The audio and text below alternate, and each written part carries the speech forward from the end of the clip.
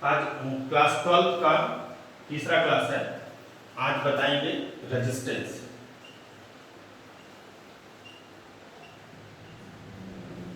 Resistance mainly दो तरह का होता है। एक होता है कार्बन रेजिस्टेंस और दूसरा होता है वायर। वायर भी बोलते हैं और वायर वुंड भी बोलते हैं।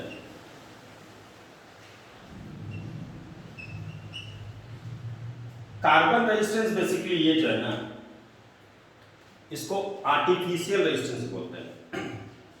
आर्टिफिशियल मतलब क्या होता है? हम लोग जो खुद बनाते हैं। और वायर हो गया एक तरह से नेचुरल, है ना। अब इसमें आता है कि कार्बन को ही क्यों करते हैं, है ना। तो रेजिस्टेंस का मेनली काम क्या होता है? रजिस्ट करना मतलब रोकना उसको, है ना। यानी अगर इधर से मान लो पानी जा रहा है, ये वाटर का फ्लो, कोई नदी है उससे पानी जा रहा है, तो दो ऑप्शन है मेरे पास। हम यहाँ पे अगर डैम बना दें, तो कोई भी डैम अगर बनाते तो क्या होता है, अपने अकॉर्डिंग हम पानी भेज सकते हैं कि क्या कब ज्यादा पानी भेजना है इस तरफ, कब पानी कब कम भेजना है इधर। तो अपने अकॉर्डिंग हम लोग पानी को रोक सकते हैं। तो ये देखो, तो ये जो डैम है, ये डैम क्या करेगा? डैम का काम है पानी को रोकना। सेम ऐसे ही रेजिस्टेंस का भी काम है। रेजिस्टेंस का काम क्या है कि अगर ये वायर है और उसमें इलेक्ट्रॉन अगर जा रहा है, तो इलेक्ट्रॉन को रोकना है, यानी इलेक्ट्रॉन का रजिस्ट करना है, इसको रोकना है ना। तो स्वाभाविक है, अगर रेजिस्टेंस लगा देंगे तो करंट क्या हो जाएगा? कम हो जाएगा, है ना। करंट जो होगा वो पहले से कम हो जाएगा, क्योंकि वो इलेक्ट्रॉन को कम कर देगा, जाने की स्पीड को कम कर देगा। और करंट तुमको पता है, करंट गिनती को बोलते हैं, है ना। तो सबसे पहले आता है आर्टिफिशियल रेजिस्टेंस। बड़ा आसान सा टॉपिक है। हम लोग किसका बनाएंगे? कार्बन का। कार्बन के बारे में थोड़ा सा बता देते हैं। कार्बन तो सबसे ज्यादा पढ़ाई करते हैं, है ना। कार्बन के बारे में क्या है कि कार्बन जो है ना, वो है तो 4A ग्रुप का पहला एलिमेंट। 4A ग्रुप का पहला एलिमेंट कार्बन है, फिर सिलिकॉन है ना। तो नॉर्मली जो 4A ग्रुप का एलिमेंट होता है वो क्या होता है? सेमीकंडक्टर होता है। 4A ग्रुप का जैसे कार्बन है, सिलिकॉन है, जर्मेनियम है, ये सब क्या होता है? सेमीकंडक्टर होता है। लेकिन कार्बन उसमें से एक्सेप्शन है, कार्बन उसमें से अपवाद है। क्या अपवाद है? तो फर्मी नाम का साइंटिस्ट, फर्मी जो है वो, उसने क्या बताया कि कब बोलना है कंडक्टर, कब बोलना है सेमीकंडक्टर और कब बोलना है इंसुलेटर। ये उसने डिसाइड किया। किस बेसिस पे डिसाइड किया? तो वो एनर्जी बैंड डायग्राम के हिसाब से डिसाइड किया, है ना। एनर्जी के हिसाब से डिसाइड किया, है ना। तो कहा क्या कि देखो, एक चीज तो है कि वैलेंस बैंड और कंडक्शन बैंड में, कंडक्टर में क्या होता है? कंडक्टर में ओवरलैप करता हुआ होता है। फट से इलेक्ट्रॉन यहां से यहां चला जाता है, बहुत कम एनर्जी लगेगा और इलेक्ट्रॉन जंप करके चला जाएगा, है ना। सेमीकंडक्टर में क्या होता है? ये वैलेंस बैंड और कंडक्शन बैंड के बीच का गैप क्या होता है? ज्यादा होता है। ये सेमीकंडक्टर में। और नॉन कंडक्टर में ये और ज्यादा होता है। जो वैलेंस बैंड और कंडक्शन बैंड के बीच का जो गैप है वो क्या होगा? और ज्यादा होगा, है ना। यानी इसमें जा ही नहीं पाता, बड़ा मुश्किल होता है जाना यहां से, बहुत ज्यादा एनर्जी लगेगा। और यही जो इन दोनों के बीच का गैप है ना, इसी को बोलते हैं एनर्जी गैप, या इसका एक और नाम है, इसको बोलते हैं फॉरबिडन गैप, है ना। तो एक्चुअली क्या है ना, ये तो पढ़ना तो सेमीकंडक्टर में है, अभी पढ़ना नहीं है, पढ़ना आगे है। लेकिन अभी जानकारी भी तुमको बता दें कि यहां से यहां जाने में जो एनर्जी लगता है, द मिनिमम डिफरेंस क्या है इसका? The minimum energy gap between valence band and conduction band is called forbidden gap. यानी कंडक्टर में फट से जम गए, सेमीकंडक्टर में थोड़ा सा मुश्किल हुआ, इसमें और मुश्किल हुआ। तो फर्मी नाम का साइंटिस्ट जो है उसने कहा क्या कि अगर energy gap more than 3 electron volt होगा, यानी ऐसा कोई भी एलिमेंट जिसमें इलेक्ट्रॉन को वैलेंस बैंड से कंडक्शन बैंड पहुंचाने में 3 इलेक्ट्रॉन वोल्ट से ज्यादा एनर्जी लगेगा, तो उसको जो है इंसुलेटर बोलना है। यही बोला गया। तो कार्बन के साथ क्या है, कार्बन में क्या देखा गया कि कार्बन में जो इलेक्ट्रॉन को वैलेंस बैंड से कंडक्शन बैंड में जाने में जो एनर्जी लगता है वो मोर देन 3 इलेक्ट्रॉन वोल्ट होता है। यानी energy gap for carbon atom, carbon के लिए क्या है, मोर देन 3 इलेक्ट्रॉन वोल्ट होता है। चूंकि इसमें 3 इलेक्ट्रॉन वोल्ट से ज्यादा लग रहा है, तो अकॉर्डिंग टू फर्मी कहा गया कि 3 इलेक्ट्रॉन वोल्ट से ज्यादा एनर्जी अगर लगे इलेक्ट्रॉन को चलाने के लिए, यानी इलेक्ट्रॉन तभी चलेगा, यानी इलेक्ट्रॉन तभी जब करेगा वैलेंस बैंड से कंडक्शन बैंड में, जब तुम उसको एनर्जी दोगे, चाहे बैटरी से दो, सनलाइट से दो, जैसे भी दो। 3 इलेक्ट्रॉन वोल्ट से ज्यादा दोगे तो वो सेमी कंडक्टर नहीं होकर के क्या होगा, इंसुलेटर हो जाएगा। तो कार्बन एक एक्सेप्शन इसलिए है क्योंकि कार्बन क्या है, सेमी कंडक्टर के ग्रुप के होने के बावजूद भी है वो किस ग्रुप का, सेमी कंडक्टर के ग्रुप का। सबसे पहला एलिमेंट कार्बन ही है जिसके अंतिम में 4 होता है ना, जैसे 2 4, सेकंड में 2 8 4, जिसके अंतिम में 4 होगा वो सेमी कंडक्टर हो गया। तो कार्बन क्या है, कार्बन में जो एनर्जी लग रहा है वैलेंस बैंड से कंडक्शन बैंड में जाने में वो 3 इलेक्ट्रॉन वोल्ट से ज्यादा लग रहा है। इसीलिए कार्बन अगर तुमसे कभी कोई पूछे कि कार्बन क्या है, सेमी कंडक्टर है या इंसुलेटर है, तो एकदम कंफ्यूज नहीं होना है। Carbon is an insulator, carbon क्या है, इंसुलेटर है। Because forbidden gap for carbon atom is more than 3 electron volt, है ना, वो जो है उसमें 3 इलेक्ट्रॉन वोल्ट से ज्यादा लगता है, इसीलिए कार्बन क्या हो गया, इंसुलेटर होता है। तो कार्बन याद रखना आज के बाद से कि कार्बन सेमी कंडक्टर नहीं होकर के क्या हो गया, इंसुलेटर होता है, क्योंकि इसमें एनर्जी गैप 3 इलेक्ट्रॉन वोल्ट से ज्यादा होता है। ठीक है, अब आते हैं, ये तो पक्का हो गया इंसुलेटर हो गया कार्बन। इंसुलेटर मतलब ये पक्का हो गया कि इलेक्ट्रॉन को जाने से रोकेगा, जाने से मना करेगा। इसीलिए हम लोग जो रेजिस्टेंस बनाते हैं आर्टिफिशियल, वो किसका बनाते हैं, कार्बन का बनाते हैं, है ना, ये चीज। तो इसमें याद रखना होगा तुमको, है ना। अब तुमको हम दिखाते हैं कि कार्बन का जो बनाते हैं सेमी कंडक्टर, इसको बोलते हैं पीसीबी, वैसे प्रिंटेड सर्किट बोर्ड, इसमें सब चीज है। अब ये देखो यहाँ पे, ये है कार्बन का मतलब रेजिस्टेंस, कार्बन रेजिस्टेंस इसी को बोलते हैं।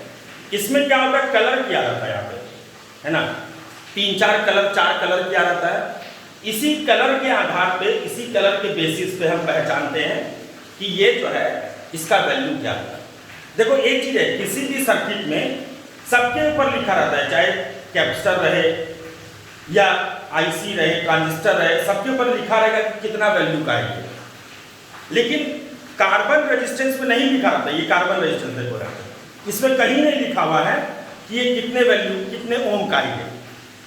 तो हमको जो 12th के सिलेबस में पढ़ना है वो ये पढ़ना है कि ये जो कार्बन रेजिस्टेंस है इसका वैल्यू कितना है। यानी तुमको इतना ही पढ़ना है कि ये जो कार्बन रेजिस्टेंस है सर्किट में, इसका वैल्यू क्या है, यानी जो कलर दिया हुआ है इस कलर का क्या मायने है ना। तो अभी तुमको हम वही बताएंगे कि इस कलर का क्या मायने है। किसी भी इलेक्ट्रॉनिक्स डिवाइस में, देखो इलेक्ट्रॉनिक्स डिवाइस उसको बोलते हैं जिसमें सेमी कंडक्टर यूज होता है ना, जिसमें आईसी यूज होगा, ट्रांजिस्टर यूज होगा, उसको क्या बोलेंगे, डायोड यूज होगा, उसको क्या बोलते हैं, इलेक्ट्रॉनिक्स डिवाइस।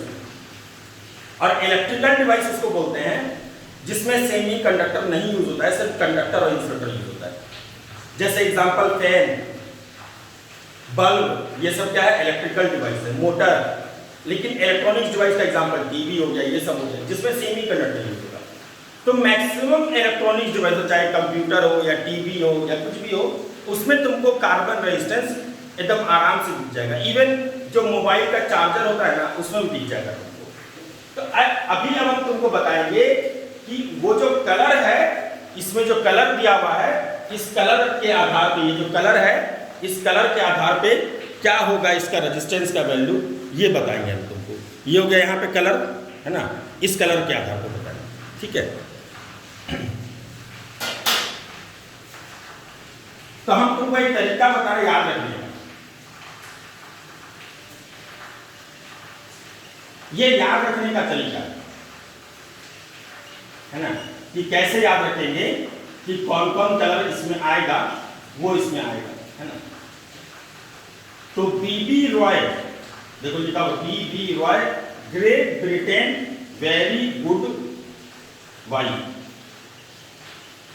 ये तुमको याद रखने का तरीका हो गया, B B Roy great Britain very good wine. B थोड़ा सा नीचे कर देते हैं, है ना, ये चीज। अब इसमें पहला फर्स्ट बी जो हो गया ये ब्लैक, फिर बी जो हो जाएगा वो ब्राउन, फिर जो हो जाएगा रेड, ऑरेंज, येलो, ये सब आएगा। कलर जो है तुमको याद रखना है। तुमको अगर B B Roy great Britain very good wine याद रहेगा तो ये तुमको याद रहेगा, है ना।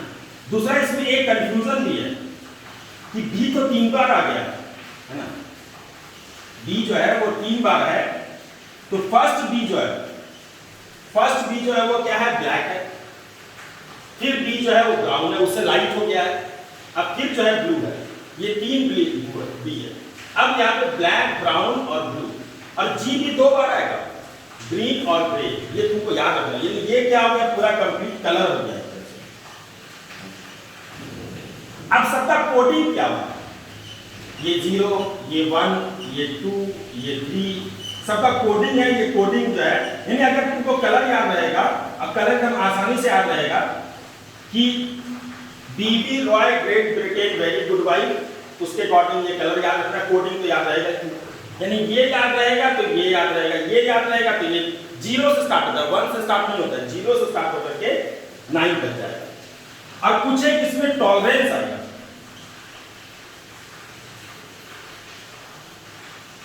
टॉलरेंस मतलब हो गया एरर, एक तरह से, है ना, गलतियां, यानी कुछ त्रुटि।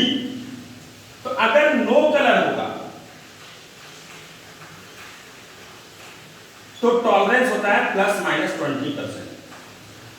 अगर सिल्वर होगा तो टॉलरेंस होगा ±10%, और अगर गोल्ड होगा तो टॉलरेंस होगा ±5%। ये टॉलरेंस होगा, है ना। तो नो कलर में 20% का एरर हो सकता है, 10% का, 5% का। अब यहां पे देखो,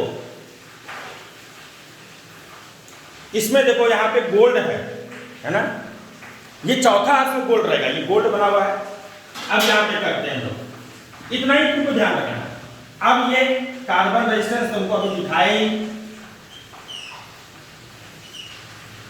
इसमें तुमको 4 स्ट्रिप मिलेगा। जैसे फॉर एग्जांपल अभी पहला रेड है, फिर येलो है, फिर ग्रे देते हैं। लेकिन जो अंतिम होगा, ये जो लास्ट स्ट्रिप होगा, वो या तो सिल्वर होगा या गोल्ड होगा, अभी तुम्हारे सिलेबस के हिसाब से, है ना। या तो सिल्वर या गोल्ड होगा, और या तो नहीं होगा। तो अभी फिलहाल सिल्वर देते हैं। तो मान लो अंतिम जो स्ट्रिप है वो किसका है, सिल्वर का। ये बना के दे दिया है। अब पहला क्या, रेड है, रेड का कोड कितना हो गया, 2, येलो का कोड कितना हो गया, 4, ग्रे का कोड कितना हो गया, 8। तो इसका मतलब इसका रेजिस्टेंस हो जाएगा 2, डायरेक्ट लिखो, 4 डायरेक्ट लिखो, मतलब 24। और ये जो तीसरा है वो 10 पे पावर 8 हो जाएगा, यानी इतना मल्टीप्लायर है, और प्लस माइनस 20% इतना ओम। कितना आसान है, देखिए 2, 4 डायरेक्ट लिखे, और ये तीसरा ये 10 पे पावर में दे दिए, और ये इसका है। एक और एग्जांपल करते हैं।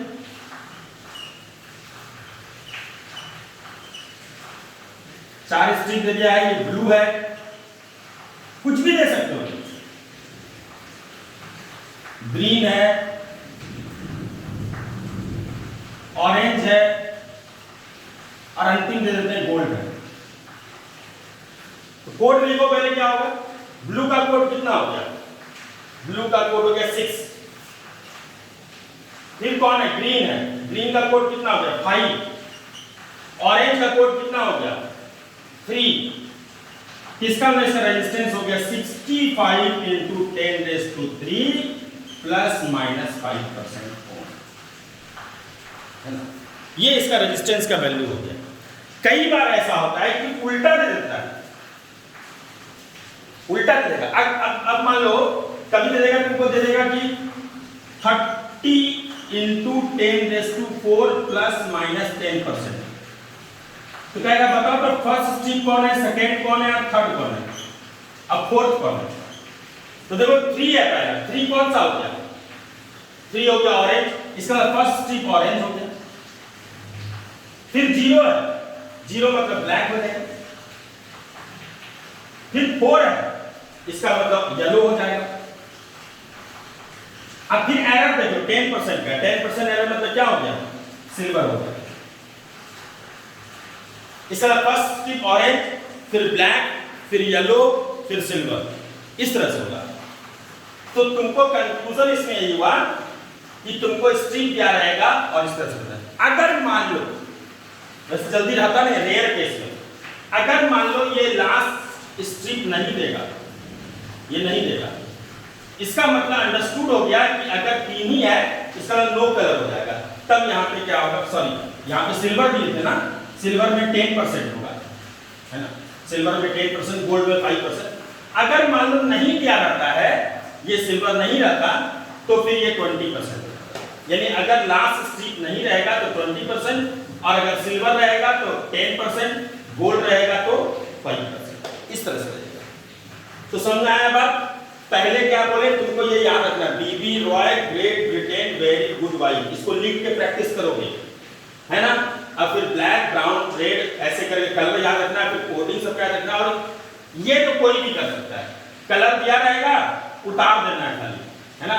और ये 10 पे पावर 8, सिल्वर है एरर, गोल्ड है इतना, नहीं है 20%। और अगर इसी के वाइस वर्सा उल्टा दे देगा कि ये दे देगा, बताना कि क्या होगा रेजिस्टेंस। तो 3 किसका होगा, 0 किसका होगा, 4 किसका होगा और 10 किसका होगा, बता दें। एनसीईआरटी में 2 क्वेश्चन है, दोनों कर लेना तुम्हें एग्जांपल में। अब दे देगा 22 इंटू 10 पे power 4 plus minus 10 plus minus 5%। तो 2 किसका हो गया? रेड, इसका पहला स्ट्रिप रेड हो गया, दूसरा भी 2 ही दे दिया, इसका दूसरा स्ट्रिप भी रेड है। तीसरा है 4 यानी येलो, और 5% यानी गोल्ड, इस तरह से हो गया, है ना। तो अगर हमको उस तरह से भी दे देगा तो हम पहचान लेंगे। तो ये क्लियर है सबको, है ना। और अगर किसी को डाउट होगा तो हमको पर्सनली मैसेज कर सकता है ना। तो ये इसको बोलते हैं लोग, यदि तुमसे एग्जामिनेशन में ऐसे ही देगा, या तो इस तरह का दे देगा और नहीं तो उल्टा दे देगा, और बताना है कि कितना है रेजिस्टेंस, या अगर रेजिस्टेंस दे देगा तो बताना है कि कौन कौन सा कलर यूज किया गया, फर्स्ट स्ट्रिप कौन सा है, सेकंड कौन सा है, थर्ड कौन सा है, ये तुमको बताना पड़ेगा, इस तरह से। अब आता है नेचुरल रेजिस्टेंस, यानी जिसको तुम वायर बोलते हो, कि वायर कैसे काम करता है। तो वायर तो हम लोग सबको ही देखे हैं, घर में भी देखे वायर कैसा होता है ना। तो ये हो गया तुम्हारा वायर, ये वायर देखिए, ये बिजली का तार जिसको बोलते हो, ये तार है ना। ये तुम तो ये वायर वाला तुम 9th 10th नहीं पढ़ोगे।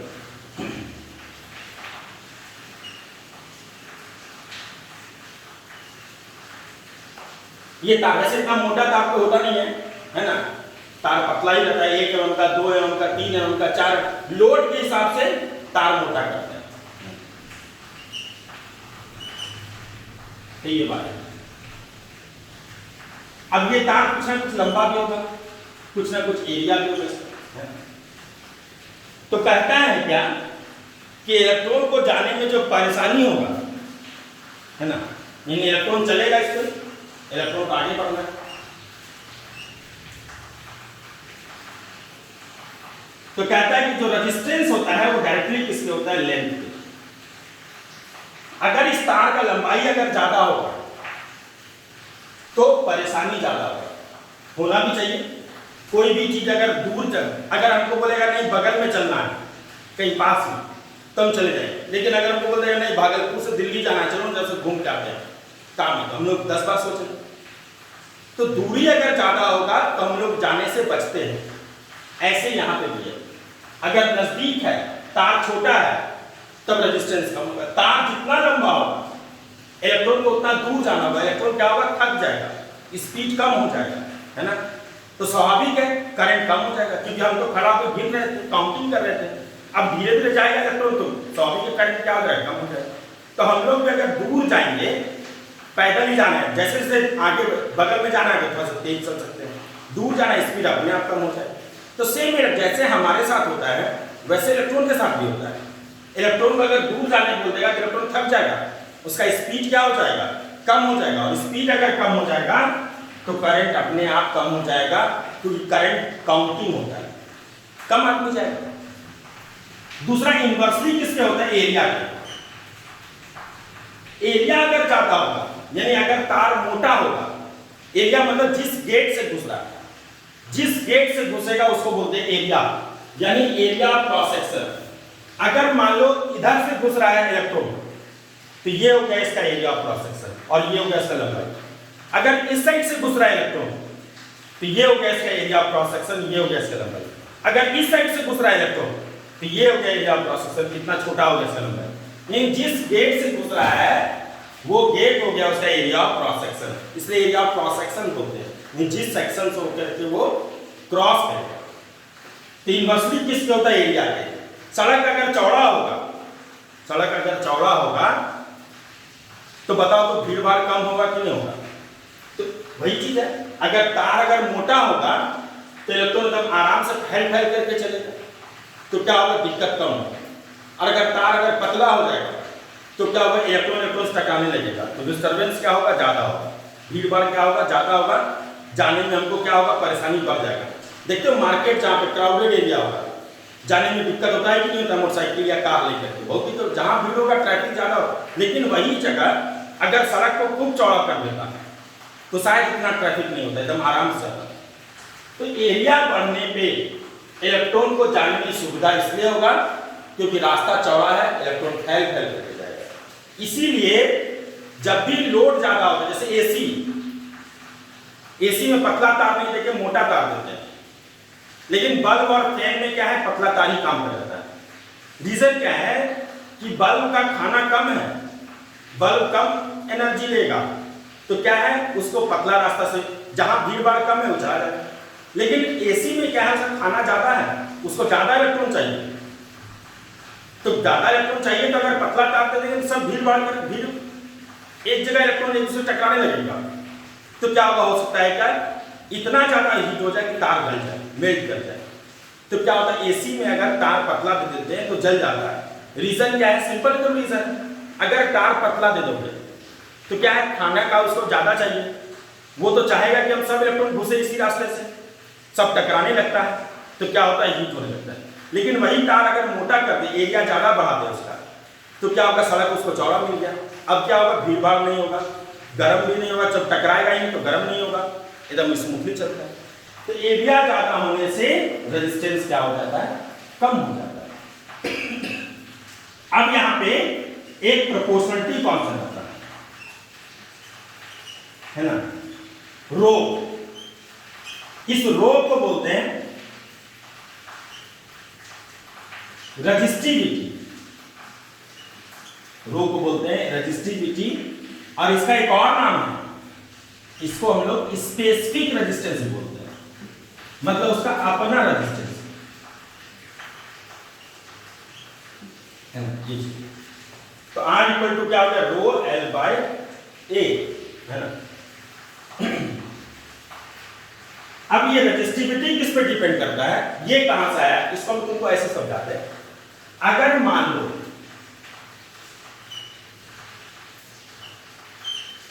ये दो दुकान है, ये शॉप 1 और ये शॉप 2, और ये मेरा घर है,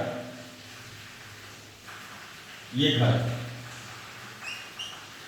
इस दुकान में पहुंचने के लिए भी हमको 1 किलोमीटर चलना होगा, इस दुकान पे भी पहुंचने के लिए हमको 1 किलोमीटर चलना होगा। लेकिन ये जितना चौड़ा ये रास्ता, ये भी 15 फीट चौड़ा है, ये भी 15 फीट चौड़ा है, लेकिन ये एकदम नया रास्ता है और ये एकदम खराब, रफ है, अच्छा रास्ता नहीं है। तो एकदम नया रोड बना है, ये एकदम न्यू रोड है। तो क्या होगा, हम लोग देखे थे हैं क्या कि चलना इसमें उतना ही दूर है, इसमें उतना ही दूर है, जितना चौड़ा ये रास्ता उतना ही चौड़ा ये भी रास्ता है। लेकिन इसमें क्या है, रास्ता बड़ा अच्छा बना हुआ है, बढ़िया रास्ता है। तो हम लोग सब क्या करेंगे, प्रेफरेंस देंगे इसको, यानी हम चाहेंगे कि इस रास्ते से जाए, इस रास्ते को अवॉइड करें।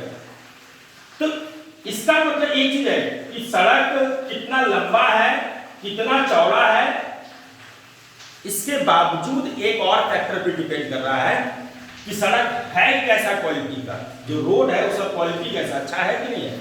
अगर रोड बढ़िया क्वालिटी का होगा तो मैक्सिमम लोग उधर से जाएंगे। सेम ऐसे ही रेजिस्टेंस भी होता है। अगर मान लो तार है एक कॉपर का, एक है आयरन का, सेम उतना ही लंबा है, उतना ही चौड़ा तार है, सेम लंबा, उतना ही लंबा, उतना ही चौड़ा है, लेकिन कॉपर का है और एक आयरन का है। तो क्या है, कॉपर का तार जो होगा वो बढ़िया होगा, इसलिए इसमें इलेक्ट्रॉन आसानी से जाएगा, इसमें थोड़ा सा क्या होगा, दिक्कत होगा। कॉपर से अच्छा सिल्वर तो और बढ़िया हो जाएगा तार, सिल्वर तो और बढ़िया है ना, तो और बढ़िया जाएगा। तो इसका मतलब ये चीज हो गया कि रेजिस्टेंस जो है वो मेनली लेंथ पे तो डिपेंड करता ही करता है, एरिया पे डिपेंड करता ही करता है, लेकिन साथ साथ ये भी डिपेंड करता है कि ये जो तार बनाए हो वो किसका है, कॉपर का है कि एल्युमिनियम का है कि किसका है। अगर कॉपर का तार है तो बढ़िया होगा, इसीलिए हम लोग क्या करते हैं, घर में जो है कॉपर का तार यूज करते हैं। क्यों, क्योंकि कॉपर का तार क्या होता है, महंगा तो होता है, लेकिन क्या है, इसमें बिजली बिल कम आएगा। क्यों बिजली बिल कम आएगा, क्योंकि रेजिस्टेंस इसका कम हो जाएगा, है ना। कॉपर में जाने में इलेक्ट्रॉन को क्या होता है, सुविधा होता है as compare to silver iron, इसलिए हम लोग घर में कॉपर का तार यूज करते हैं, है ना, ये चीज है। और जहां पर बिजली बिल का चिंता नहीं है ना, जहां पर उतना परेशानी नहीं है, तो तुम देखो जो इलेक्ट्रिशियन होता है, जो शादी विवाह में बिजली का काम करता है, वो क्या करता है, एल्युमिनियम का तार यूज कर लेता है। क्यों, क्योंकि एल्युमिनियम का तार एक तो सस्ता हो गया और उसको बिजली बिल का चिंता तो है नहीं, उसका घर तो है। एल्युमिनियम का तार सस्ता भी हो गया और वो आराम से काम करता है, तो बिजली बिल से उसको क्या मतलब है। लेकिन हम लोग को तो बिजली, चूंकि हमारा लाइफ टाइम है, हम लोग को तो बिजली बिल से मतलब है, इलेक्ट्रिसिटी बिल से मतलब है, इसलिए हम लोग घर में क्या करते हैं, कॉपर का तार यूज करते हैं, ताकि लाइफ टाइम जो है इलेक्ट्रिसिटी जो है वो सेव हो, है ना, इसलिए घर में कॉपर का यूज करते हैं, है ना। जो इलेक्ट्रिशियन है, जो बिजली मिस्त्री है, वो भी अपने घर में कॉपर का यूज करता है। तो हम लोग 3 चीज सीखे कि इलेक्ट्रॉन जो है, जो चलेगा, उसको जो परेशानी है, उस परेशानी को बोलते हैं रेजिस्टेंस। रेजिस्टेंस जो है वो 3 चीज पे डिपेंड किया मेनली अभी तक, लेंथ पे। लेंथ अगर ज्यादा होगा तो इलेक्ट्रॉन को जाने में दिक्कत है। इलेक्ट्रॉन जो होगा, छोटा तार रहेगा तो बढ़िया है, लंबा तार रहेगा तो थक जाएगा, तो उसका स्पीड कम हो जाएगा, स्पीड कम हो जाएगा, करंट अपने आप कम हो जाएगा। दूसरा डिपेंड किया एरिया पे। एरिया अगर ज्यादा होगा, तार अगर मोटा यूज करेंगे तो इलेक्ट्रॉन को जाने में सुविधा होगा, भीड़ भाड़ कम रहेगा, इलेक्ट्रॉन में आराम से स्मूथली जाएगा, कोई इलेक्ट्रॉन एक दूसरे से टकराएगा नहीं, तार गर्म नहीं होगा, एकदम स्मूथली जाएगा। यही अगर एरिया कम कर देते हैं तो क्या होगा, हो सकता है टकराएगा, तार जल जाएगा, मेल्ट कर जाएगा, टकराने का हीट होगा, मेल्ट कर जाएगा। तो एरिया ज्यादा रहने से इलेक्ट्रॉन को चलने में सुविधा होगा, जैसे हम लोग को सुविधा होगा, सड़क चौड़ा रहेगा तो बढ़िया रहता है। तीसरा फैक्टर है रजिस्टिविटी।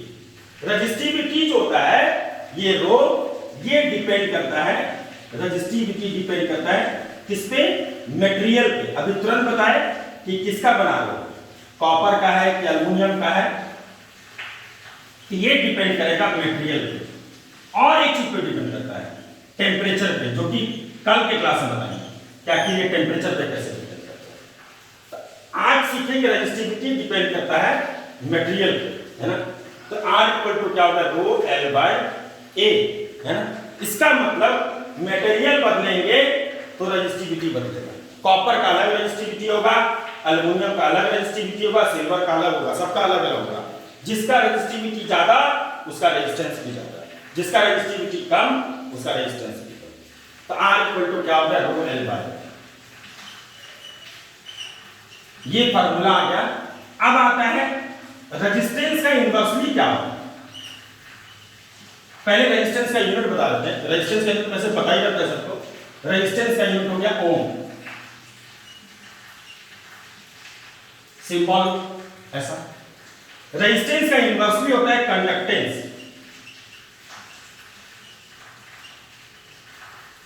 और इसका यूनिट क्या होगा तुम खुद सोच लो। कंडक्टेंस बना है कंडक्टर से, है ना, यानी जिसका रेजिस्टेंस ज्यादा उसका कंडक्टेंस कम, यानी इलेक्ट्रॉन जाने में जिसमें दिक्कत होगा इसका मतलब उसका कंडक्टिविटी कम है ना, यानी वो कंडक्टर बढ़िया नहीं। और जिसका रेजिस्टेंस ज्यादा हो गया, यानी जिसमें चलने में ज्यादा उसका कंडक्टिविटी कम, जिसका रेजिस्टेंस कम हो जाएगा यानी जाने में बड़ा आराम से जाना, इसका मतलब उसका कंडक्टिविटी क्या होगा, ज्यादा होगा, यानी आसानी से। कंडक्टर से बना है कंडक्टर। तो रेजिस्टेंस का इनवर्सली क्या हो गया, कंडक्टेंस। यूनिट क्या हो गया, 1/R, 1/1। 1/1 को तुम ऐसे भी लिख सकते हो, MHO उल्टा कर। और इसका एक और नाम है सीमेंस।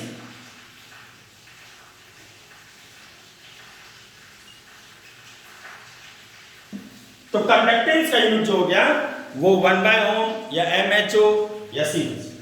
ऐसी रेजिस्टिविटी का भी उल्टा होता है, R equal to rho L by लिखे। अच्छा, रेजिस्टिविटी का यूनिट क्या होगा, तो R इक्वल टू क्या है, रो एल बाय ए। तो रो इक्वल टू क्या लिख सकते हो, R into A by L, इधर गुना करते।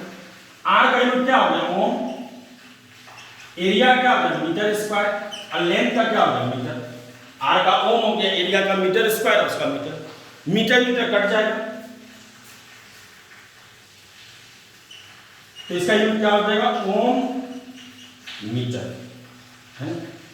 और इसका उल्टा रेजिस्टिविटी का उल्टा होता है कंडक्टिविटी, सिग्मा से लिखते हैं इसको, क्या बोलते हैं, कंडक्टिविटी।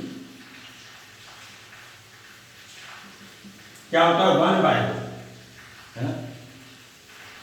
तो रेजिस्टिविटी का इनवर्सली वैसे यूनिट निकालेंगे 1/Ohm मीटर हो जाएगा। तो हम लोग आज के क्लास में जो सीखे वो क्या क्या सीखे कि रेजिस्टेंस होता है मेनली दो तरह का होता है। एक हो गया कार्बन रेजिस्टेंस, जिसको आर्टिफिशियल रेजिस्टेंस बोल सकते हो। कार्बन का क्यों बनाए, क्योंकि कार्बन इंसुलेटर की कैटेगरी में आ जाता है, एक्सेप्शन होता है। और उसमें क्या पूछेगा एग्जामिनेशन में क्वेश्चन, कलर दिया रहेगा, उस कलर के बेसिस पे हमको बताना है कि क्या होगा रेजिस्टेंस, या रेजिस्टेंस दिया रहेगा कलर बताना, तो वो तो कोडिंग के हिसाब से याद रखें, है ना। दूसरा है वायर। वायर में क्या होगा, रेजिस्टेंस का फॉर्मूला क्या हो गया, रो एल बाय, यही फॉर्मूला याद रखना। रो हो गया मटेरियल, यानी मटेरियल बदला, रो बदला। एल तो लेंथ ऑफ द कंडक्टर, ए हो गया एरिया प्रोसेस। इसका एक लिमिटेशन भी है, R equal to rho L by A तुम कभी लगा सकते हो जब एरिया क्रॉस सेक्शन एक समान हो, एरिया बदलना नहीं चाहिए। ये नहीं कि तार पहले पतला था धीरे धीरे मोटा हो रहा है, ऐसा नहीं। एरिया एकदम एक जैसा रहेगा तभी R equal to rho L by लगा सकते हैं। और अगर एरिया बदलेगा तब वहां पे इंटीग्रेशन डिफरेंशियल करना पड़ेगा, है ना, ये चीज। तो 12th क्लास में तो तुमको एरिया कांस्टेंट रहेगा, लेकिन अगर जेई एडवांस का तैयारी करेंगे तो वहां पे एरिया चेंज कर सकता है ना, वहां पे फिर इंटीग्रेशन डिफरेंशियल करना। तो फार्मूला हो गया रो एल बाय रेजिस्टेंस का इनवर्सली सीख गया कंडक्टेंस, रेजिस्टिविटी का इनवर्सली सीख गया कंडक्टिविटी। अब इसमें कुछ एक क्वेश्चन आता है, 3 तरह का मेनली क्वेश्चन बनेगा इसमें, वो तीनों तरह का क्वेश्चन हम लोग नेक्स्ट क्लास में सीखेंगे। और टेम्परेचर पे कैसे डिपेंड कर रही है ना, यानी कल हम लोग सीखेंगे इसका 1-2 न्यूमेरिकल और टेम्परेचर पे कैसे डिपेंड करता है वो चीज सीखेंगे, ठीक है। चलो ओके, थैंक यू।